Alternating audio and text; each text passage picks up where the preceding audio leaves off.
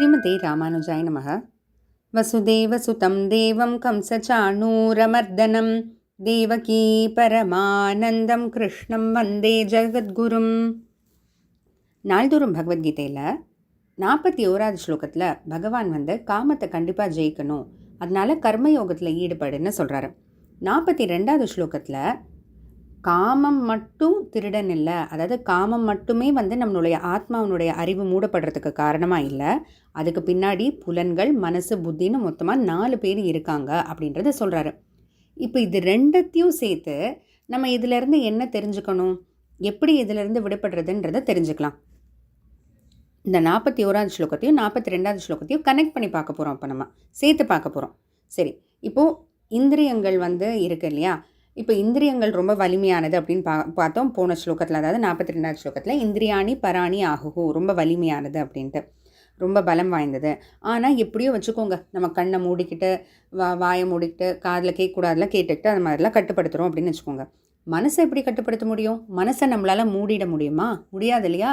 ஏன்னா மனசு ஏதோ ஒரு வேகத்தில், ஒரு நிமிஷம் நம்ம ஒரு கிளாஸ் ரூமில் பள்ளிக்கூடத்தில் உட்காண்ட்ருக்கோன்னா மறு நிமிஷம் எங்கேயோ ஒரு பீச்சுக்கோ எங்கேயோ போயிடும். அதனால் மனசனுடைய வேகத்தை யாருனாலையும் ஈடுபடுத்த முடியாது. அந்த அளவுக்கு மனசு ஓடும்.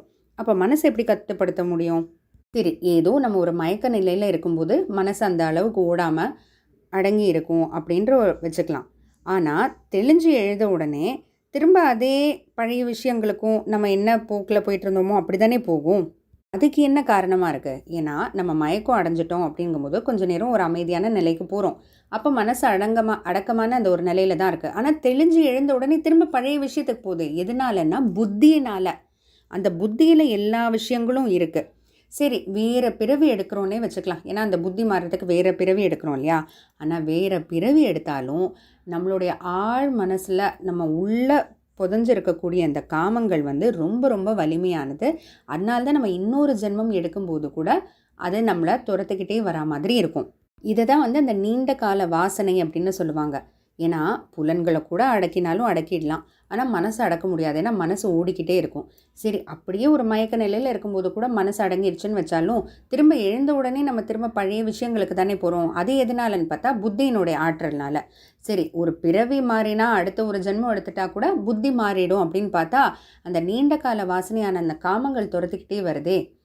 ஏன்னா பல ஜென்மங்கள் எடுத்து திரும்ப திரும்ப அதே விஷயங்களில் ஈடுபட்டு அந்த காமங்கள் அந்த வாசனை போகாமல் நம்மளை துரத்துக்கிட்டே வருது.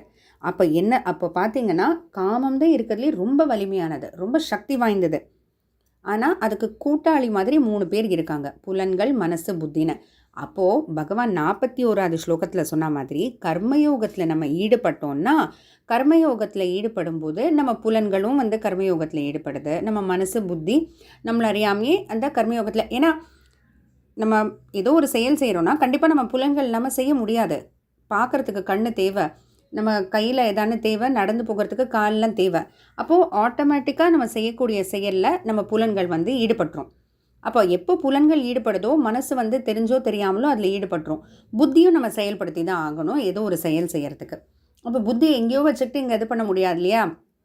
அப்போது கர்மயோகம் செய்யும்போது இது 3ம் கர்மயோகத்தில் ஈடுபடுறதுனால காமத்துக்கு வலிமை குறையுது. ஏன்னா அது இந்த 3 கூட்டாளிகளை வச்சுக்கிட்டு தான் ஆத்மாவனுடைய அறிவை மூடுது.